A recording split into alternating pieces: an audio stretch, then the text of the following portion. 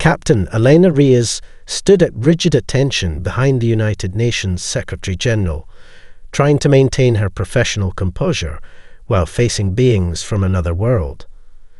The Viridian ambassadors moved with unsettling grace across the polished floor of the UN headquarters in Geneva, their iridescent skin shifting colours with each movement beneath their formal attire.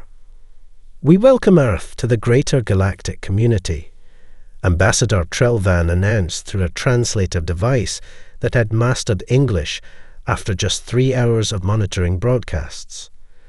The Galactic Concordat represents 17 spacefaring civilizations united in peaceful cooperation for over 12 millennia. Secretary-General Okafor nodded diplomatically.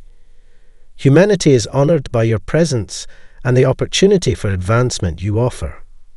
Reyes noticed the subtle shift in the ambassador's facial ridges, something approximating amusement, perhaps. She'd been selected as military liaison specifically for her observational skills and calm under pressure. Both were being tested today. "Our preliminary assessment classifies Earth as a Class IA developing world," Trelvan continued, displaying a holographic chart that positioned humanity near the bottom of a complex hierarchy. "Your reliance on combustion engines, silicon computing, and chemical propulsion indicates significant room for growth under our guidance." A murmur passed through the assembled world leaders. Reyes caught the eye of Dr. Kaito Nakamura, Japan's foremost quantum physicist, who raised an eyebrow slightly. They shared the same unspoken thought: the aliens were being condescending. The Viridian's secondary ambassador, a slender figure introduced as Science Director Mevril, stepped forward with a device that projected images of their crystalline technology. "Your civilization has developed along an unusual path. Most achieve quantum crystal mastery before venturing beyond their atmosphere. We've managed space exploration with our current technology," Reyes found herself saying, earning sharp glances from the diplomatic corps, "including establishing a permanent lunar base and sending probes throughout our solar system." Mevril turned those unnerving pupilless eyes toward her. "Indeed. Your adaptability is notable, if inefficient. Our scans indicate your species has spent considerable resources developing weapons rather than sustainable energy or transportation. Quite unusual." Secretary-General Okafor smoothly interjected, "Captain Reyes oversees our peaceful space operations. Humanity has been working diligently toward unity and cooperation." "Of course," Trelvan responded, though his attention remained fixed on Reyes. "We would be particularly interested in studying your military history archives for cultural understanding." The meeting continued for hours, with the Viridians offering a patronage position, effectively making Earth a protectorate of the Concordat. They promised technological advancement, limited trade rights, and cultural exchange, all while scanning every inch of the facility with devices they didn't bother disguising. Later that evening, Reyes found Dr. Nakamura alone on the building's observation deck, staring at the massive alien vessel hovering over Lake Geneva. "They're not sharing everything," Nakamura said without preamble. "No," Reyes agreed. "They asked more questions about our missile guidance systems than our art or literature." "Did you notice how surprised they seemed about our digital encryption methods?" "Almost. Concerned." Reyes nodded slowly. "When I tried raising these points with the Secretary-General, she called me paranoid. Said I could jeopardize humanity's greatest opportunity." Nakamura turned to face her, his expression grave. "Or perhaps our greatest threat. They're not mentoring us, Captain. They're assessing us." In the distance, the alien ship pulsed with ethereal light, casting reflections across the water like a beautiful, patient predator. Colonel Elena Reyes watched the panicked Viridian technicians from the doorway of the newly established Concordat embassy. 5 years of diplomatic smiles and carefully measured technological gifts had established a routine that this unprecedented solar storm had just shattered completely. The quantum network is still unresponsive across all channels. Science Director Mevril reported, her normally composed demeanor fracturing. 3 sectors remain completely isolated, including 17 colony worlds and 32 deep space vessels. Ambassador Trelvan's skin had dulled to an ashen grey, a sign of extreme distress. Reyes had learned. The radiation levels are interfering with crystal resonance patterns. We estimate at least 14 standard days before communications can be restored. Dr. Kato Nakamura caught Reyes' eye from across the room. They had both been assigned as liaisons to the Viridians, though they both knew their real purpose was to be monitored. Now, for the first time, the aliens seemed genuinely vulnerable. We might be able to help, Nakamura offered quietly.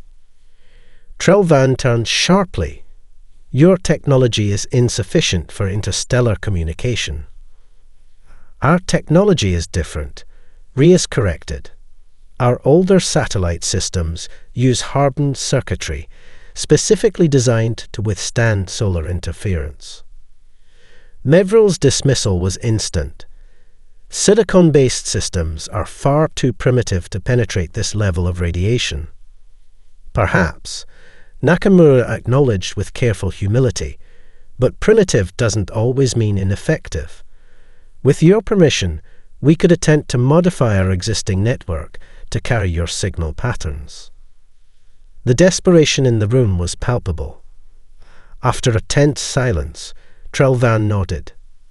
48 hours later, Earth's obsolete satellite network had been reconfigured by Nakamura's team to carry simplified Concordat communications. While bandwidth was limited, the critical connection had been restored when all Concordat technology had failed. In the secured lab beneath the Geneva facility, Reyes watched as Dr. Maya Chaudhry, a brilliant neurobiologist she'd personally recruited, analyzed the Concordat communication protocols. It's fascinating, Chaudhry observed.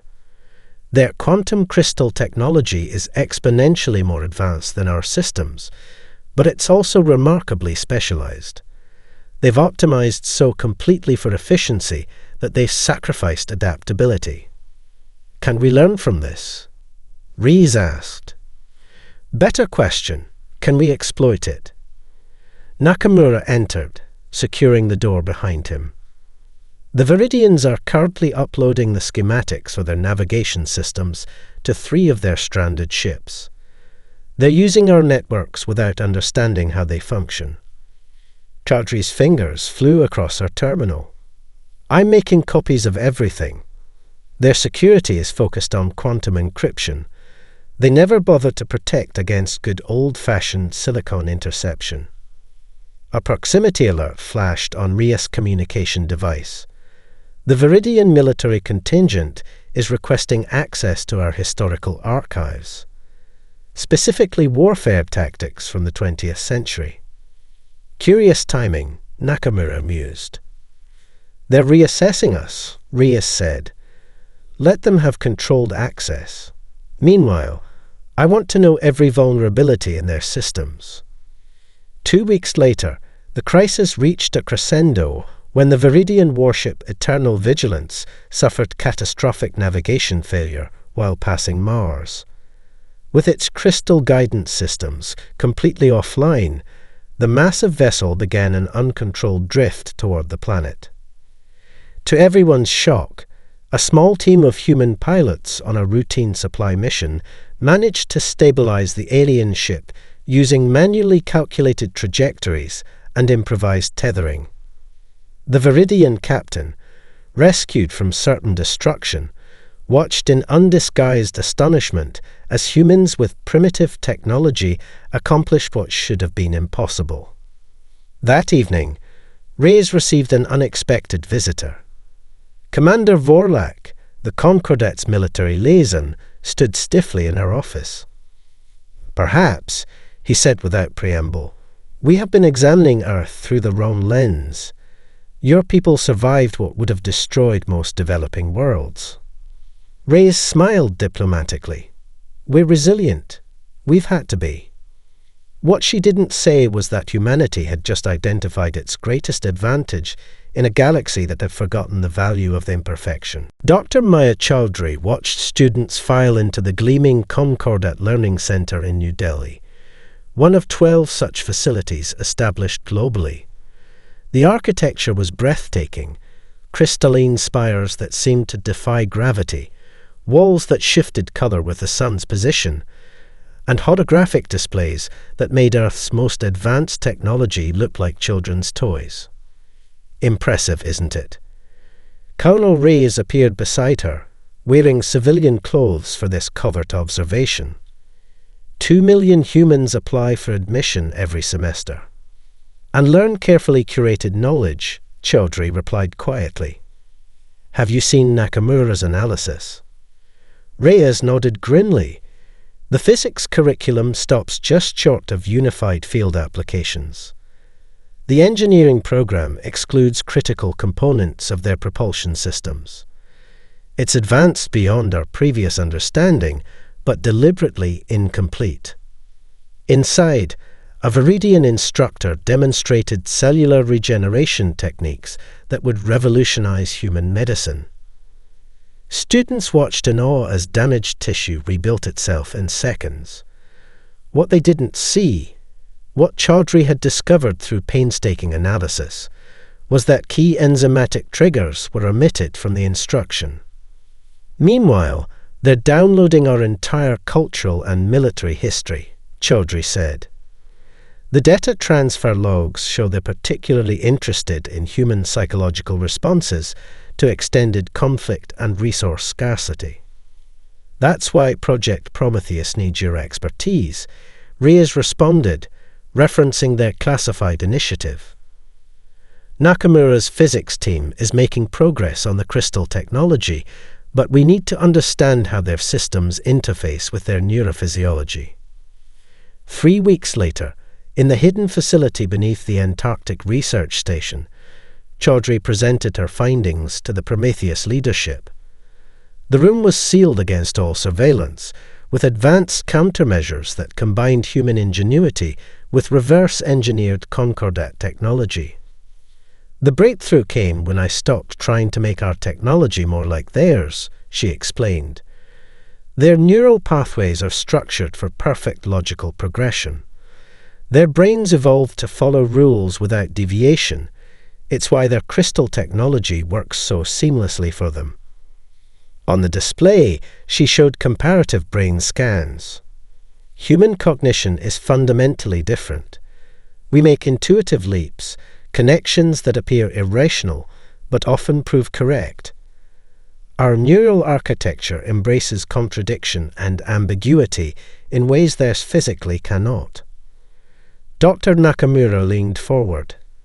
This explains why they're so interested in our military history. Our irrational tactics would be unpredictable to their logical progression. Exactly, Chowdhury confirmed. And I've developed this. She unveiled a neural interface helmet. It allows human intuition to direct quantum crystal processes. The crystals respond to electrical patterns our brains naturally generate that theirs don't. In theory, we can outperform their systems because we can make them do things the Concordat would never attempt. Reyes studied the prototype. How soon can you produce a working model? It's already operational, Chowdhury stated. Limited, but functional. Their planning session was interrupted by an urgent alert. A Viridian diplomatic vessel was experiencing cascading system failures near Jupiter's orbit. This is our opportunity, Reyes decided immediately.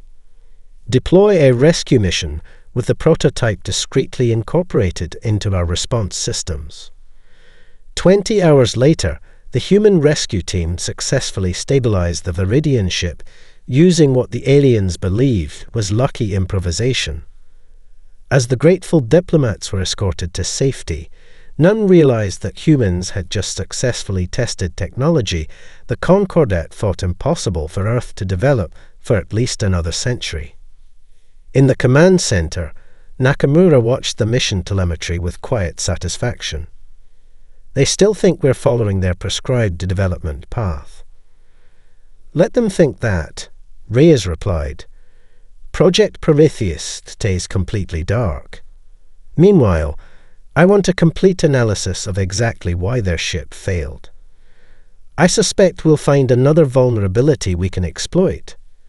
Humanity's true awakening had begun. Captain Adera Chen stood on the bridge of the colony ship Odyssey, watching the stars shift as they emerged from their unauthorized jump beyond Concordat-approved space. Officially, they were on a scientific survey mission to catalogue exoplanets in the Alpha Centauri system. In reality, they were hunting for the mysterious Pranari.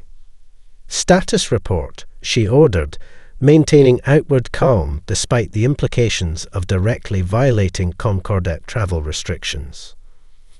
All systems nominal, her XO reported.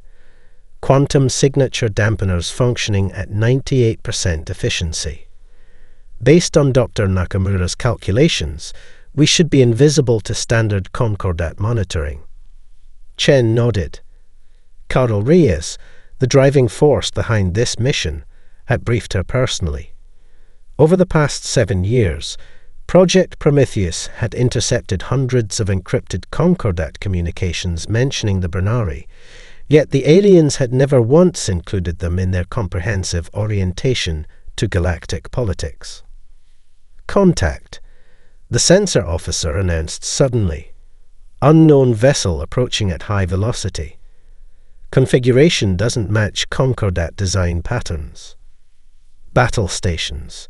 Chen ordered reflexively, then caught herself. Defensive posture only. Open standard communication channels. The approaching ship was sleek and angular, lacking the crystalline aesthetic of Concordat vessels. It decelerated with impossible precision, coming alongside the Odyssey without any apparent propulsion flare. We're receiving a transmission, the communications officer reported, surprise evident in her voice. They're inviting representatives aboard. 6 hours later, Captain Chen stood in a meeting chamber unlike anything she'd ever seen. The walls appeared to be living tissue interwoven with metallic conduits. Across from her stood Kralteth, commander of the Pranari vessel Defiance. His species was vaguely reptilian, but with an unsettling symmetry to their features that suggested artificial enhancement. We have monitored Earth's interactions with the Concordat with great interest, Kralteth stated through a translator implant. You are following a familiar pattern, one we experienced 8 centuries ago. The Concordat claims to be a peaceful federation, Chen responded carefully. Kralteth made a sound that might have been laughter. The Concordat is an empire that systematically identifies, infiltrates, and neutralizes potential rivals before they can achieve meaningful independence. He activated a holographic display showing dozens of worlds. These were civilizations classified as developing. All eventually reached a designated technological threshold before experiencing catastrophic natural disasters or internal conflicts that required Concordat intervention. You're suggesting the Concordat deliberately stunts civilization growth? Chen asked, though the evidence Project Prometheus had gathered already supported this conclusion. Not suggestion. Fact. Kralteth's eyes narrowed. Examine your own experience. They provide knowledge designed to make you dependent on their systems while studying your creativity and adaptability. Traits their species lost millennia ago through over-specialization. He showed another display, unmistakably Earth, surrounded by monitoring satellites bearing Concordat signatures. Your world has been designated a controlled development zone. They allow advancement only along approved paths that pose no threat to their dominance. "Why tell us this?" Chen asked directly. "Because you've done something remarkable," Kralteth responded. "You've developed hybrid technologies they believed impossible. Your neural interface systems represent an evolutionary path they cannot follow or easily counter." As proof of his claims, Kralteth provided access to classified Concordat communications discussing the human problem and debating methods to restrict Earth's technological development. He also offered a scout ship equipped with technology far beyond what the Concordat had shared. When the Odyssey returned to Sol space 3 weeks later, Captain Chen delivered both the intelligence and the Branari vessel directly to Colonel Reyes. Within hours, the first clandestine human-Branari alliance was formed. "Everything changes now," Reyes stated as she reviewed the evidence. "We maintain our facade of grateful subordinates while accelerating all Prometheus initiatives." The sleeping Titan had received its wake-up call. General Elena Reyes moved through the seemingly abandoned mining facility in the asteroid belt, her magnetic boots clicking softly against the metal floor. To Concordat observers, this particular cluster of asteroids registered as exhausted of valuable resources. In reality, it housed the heart of humanity's Shadow Fleet program. Production has exceeded projections by 17%. Dr. Nakamura reported as they entered a massive hidden hangar. Below them, 3 warships were under construction, their hulls incorporating both Earth alloys and reverse-engineered Concordat materials. "The hybrid propulsion systems are performing beyond expectations," he continued. "By combining our fusion technology with modified crystal matrices, we've achieved acceleration rates the Concordat would consider theoretically impossible for vessels this size." Reyes nodded with satisfaction. "And the stealth systems?" Dr. Chaudhry's team has integrated Branari phase-shifting technology with our own radar-absorbing materials. The resulting signature is indistinguishable from background radiation. They proceeded to a sealed laboratory where Dr. Maya Chaudhry stood before a glowing crystalline structure that pulsed with shifting patterns of light. "General, meet Athena," Chaudhry said with unmistakable pride. "The first fully operational quantum silicon hybrid artificial intelligence." The crystal matrix flickered, and a voice emanated from surrounding speakers. "Greetings, General Reyes. I am monitoring 14 Concordat communication channels and 23 surveillance networks simultaneously. They remain unaware of my existence." Reyes studied the system with measured appreciation. "Can it interface with Concordat systems?" "Not only interface," Chaudhry replied, "but often outperform them. Athena's human-inspired neural architecture allows for intuitive leaps that pure Concordat systems cannot predict or counter. I have identified 27 vulnerabilities in standard Concordat security protocols," Ateshina added. "Exploitation strategies have been developed for each." Their inspection was interrupted by an urgent communication from Earth. "General, we have a situation," Captain Chen reported. "A Viridian inspection team has arrived unannounced at the lunar mining facility. They're asking unusual questions about resource allocation and energy consumption patterns." Reyes exchanged a concerned glance with Nakamura. "They're getting suspicious about the discrepancy between our reported technological output and actual resource usage."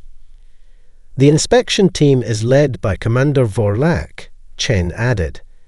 "He's specifically requested access to the abandoned northern crater sector." Reyes felt her blood chill. The northern crater housed a partially constructed battlecruiser, their most advanced prototype, combining Earth ingenuity with Branari and Concordat technology. "Delay them," she ordered. "Implement Security Protocol Omega." Dr. Nakamura, prepare emergency countermeasures. Hours later, the human administrators at the lunar facility had nearly succeeded in redirecting the Viridians when an unexpected solar fluctuation caused a momentary power surge. The facility's backup systems activated immediately, including those in the supposedly abandoned northern sector. Commander Vorlak personally led his team to investigate the anomaly. When the blast doors opened, he stood in stunned silence before the massive vessel under construction. Its design incorporated technological principles the Concordat had deemed impossible for humans to grasp for at least another century. "Explain this," he demanded of the facility director. Before explanations could be offered, Vorlak activated an encrypted emergency transmitter. The signal was intercepted by HFY, but not before its essential warning reached the Concordat Council. In orbit above Earth, the Viridian embassy received the alert. Within moments, they initiated emergency protocols, transmitting a final data package to their homeworld before activating self-destruct sequences. As General Reyes watched the orbital explosion from her command center, she knew the facade was over. "All Prometheus units, activate immediately," she ordered. "Implement War Plan Alpha." The sleeping Titan was now fully awake. High Counselor Trev Marin gazed at the assembled representatives of the 17 Concordat species. The emergency session chamber thrummed with tension as the final reports from Earth were analyzed and categorized. "The evidence is conclusive," he announced gravely. "Earth must be reclassified from developing world to Omega-level fleet, a designation applied only twice in our 12,000-year history." The Pelaxian representatives' tendrils undulated with distress. The humans have achieved technological synthesis beyond their approved development pathway. Their neural interface systems allow for crystal resonance patterns our scientists deemed theoretically impossible. More concerning, added the Juvari military commander, they've adapted our technology while incorporating elements from other sources. The vessel discovered in their lunar facility contained components consistent with Bernari design principles. "The directive is clear," Trev Marin concluded. "We must implement Containment Protocol 7. The chamber's atmosphere darkened as the implications settled. Containment Protocol 7 meant complete planetary sterilization, the elimination of all sentient life on Earth. Ambassador Trelvan raised an alternative, perhaps targeted intervention. Eliminate their leadership and research facilities, then establish permanent oversight. While the council deliberated, alarms sounded throughout the chamber. The holographic displays shifted to show real-time attacks against 3 key Concordat worlds, Viridian Prime, Pelaxis, and Juvari II. The assault vessels employed technology disturbingly similar to Earth's hybrid systems. The Bernari, the Juvari commander, hissed, "Using human innovations. This confirms collusion." Trev Marin's decision was immediate. Deploy the 7th Fleet to Earth. 200 warships with full armament. Neutralize all military capability and secure their research facilities. We must prevent further proliferation of these dangerous technologies. Meanwhile on Earth, General Reyes addressed the hastily assembled Global Defense Council. Representatives from every nation attended, many still struggling to process the revelation that their alien mentors had been containing humanity's development all along. "The Concordat will respond with overwhelming force," Reyes stated plainly. "According to Bernari intelligence, they'll likely deploy their 7th Fleet, the same force that destroyed the Axelon civilization 3 centuries ago. Our conventional defenses can't possibly withstand such an assault," India's defense minister objected. Reyes's expression remained resolute. Conventional defenses, no. But we're not conventional. On her signal, Dr. Nakamura and Dr. Chaudhry unveiled the full scope of Project Prometheus, the shadow fleet of 40 advanced warships, the planetary defense grid incorporating hybrid technology, and most importantly Athena, now fully integrated across all Earth defense systems. For 15 years, we've been preparing for this moment, Reyes explained. Every Concordat gift has been studied, reverse-engineered, and improved upon. Every weakness in their systems has been catalogued and exploited.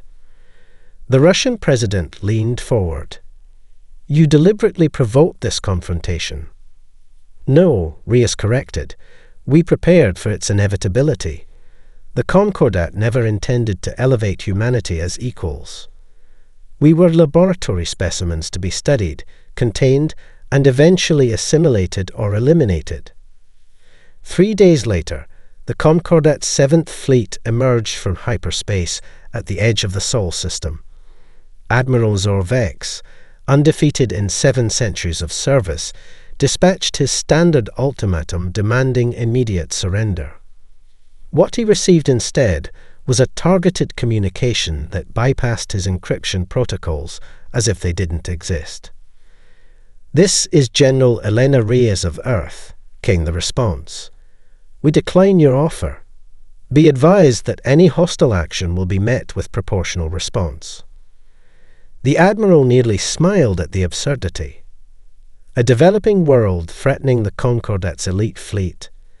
He ordered the first wave of attacks, expecting minimal resistance. What followed would reshape galactic history forever. The human defense force met the Concordat vessels with devastating precision. Athena predicted and countered standard Concordat battle formations before they fully deployed. The Shadow Fleet, smaller but infinitely more maneuverable, executed tactics that the rigid Concordat strategies couldn't anticipate. From his flagship, Admiral Zorvex watched in disbelief as his forward contingent, undefeated for 7 centuries, suffered significant losses to a species considered barely spacefaring just 15 years earlier. The ancient Titan wasn't just awake, it was ready for war. Admiral Zorvex stared at the tactical display with growing frustration. 2 weeks into what should have been a straightforward subjugation, the 7th Fleet remained unable to establish orbital dominance over Earth. Each time they neutralized a command center, human resistance continued unabated, as if their military structure had no critical points of failure. They're fighting from decentralized positions, his tactical officer explained. When we destroyed their Pacific command, 7 autonomous regional units continued operations without interruption. Impossible. Zorvex snapped. No military can function effectively without hierarchical control. Yet the evidence was undeniable. Nations that had been bitter enemies for centuries now coordinated seamlessly in Earth's defense.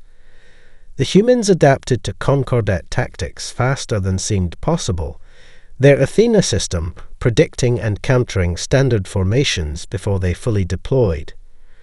The Admiral was preparing a new offensive when an urgent transmission arrived from Concordat High Command. The holographic image of Supreme Commander Drelvakor appeared, his normally impassive features tight with concern. The Brennari have launched simultaneous attacks against 5 core worlds, he reported. Our home defense fleets are overwhelmed. They're using technology similar to Earth's hybrid systems, but more advanced. Our analysts believe they've been waiting for us to commit the 7th Fleet before striking. Zorvex processed this with alarm. I will disengage immediately and return tow. Negative. Drelvakor interrupted.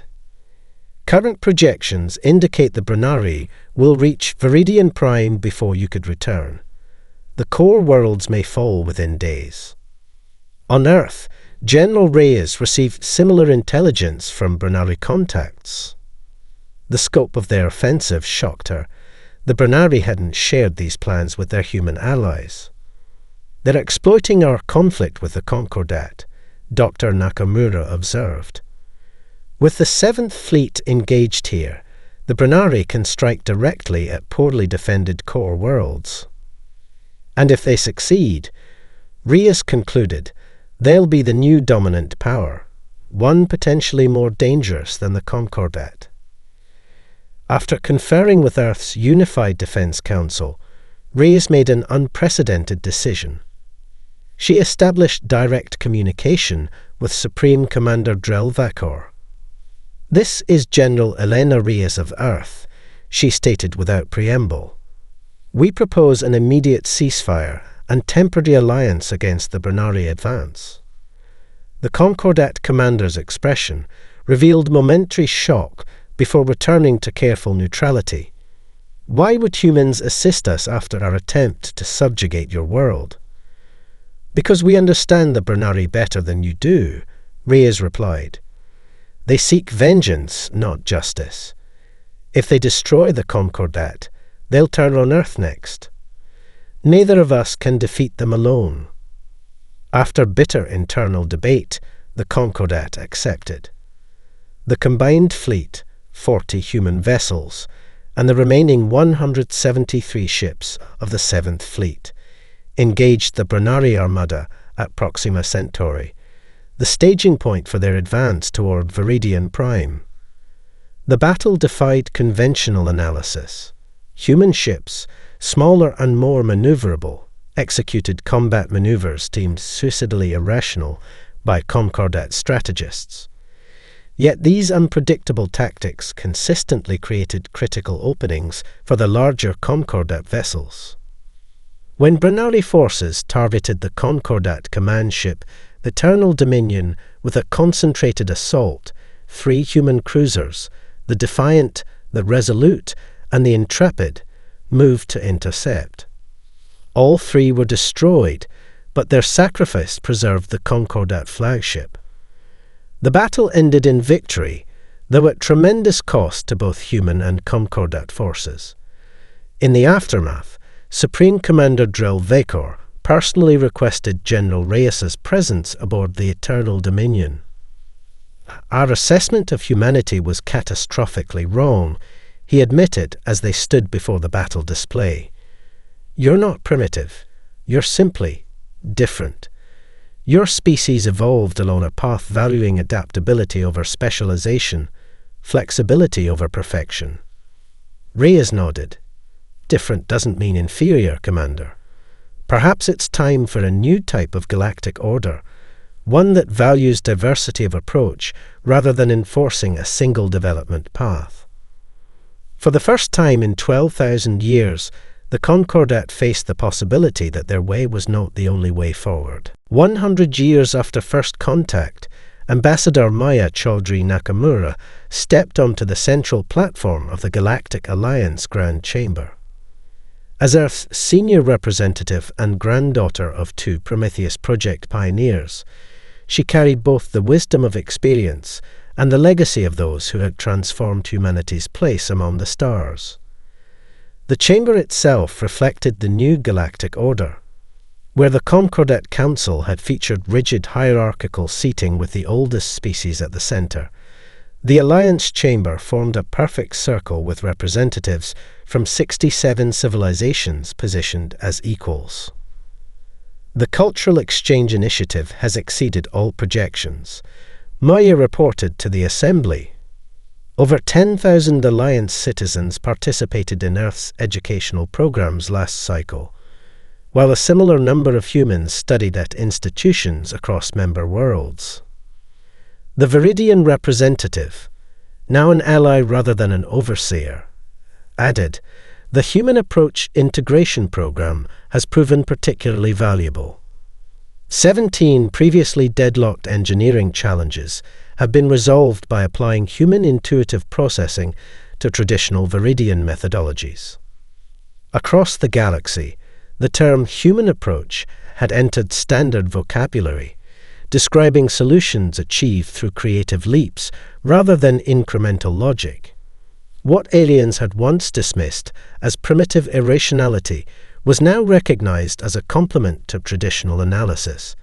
The ability to connect seemingly unrelated concepts in ways logical progression would never attempt.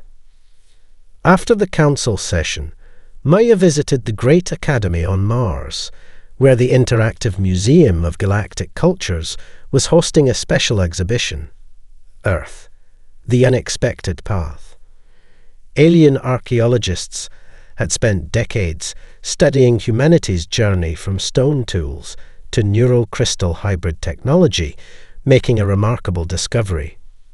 Your civilization experienced 37 near-extinction events, the Palaxian curator explained to a group of students.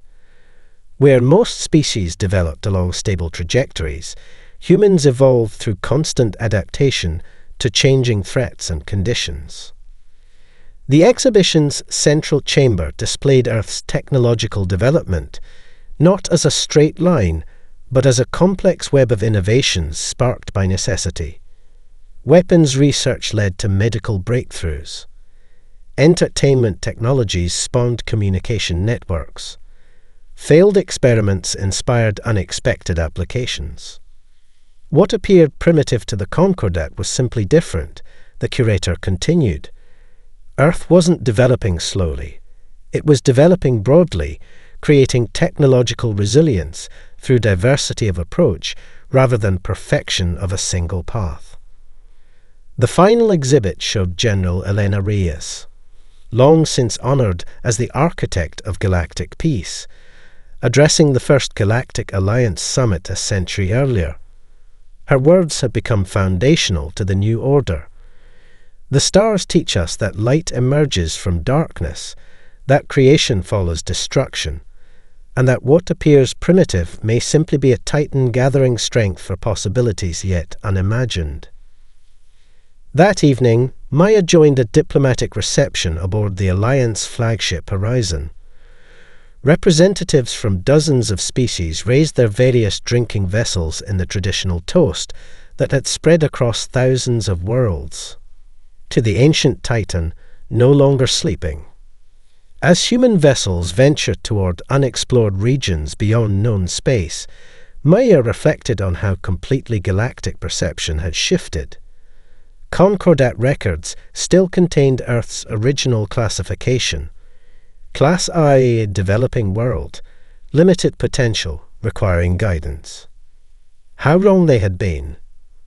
Earth wasn't developing slowly, it had simply been developing differently, creating adaptability where others sought perfection, embracing contradiction where others demanded consistency, finding strength in diversity where others required uniformity.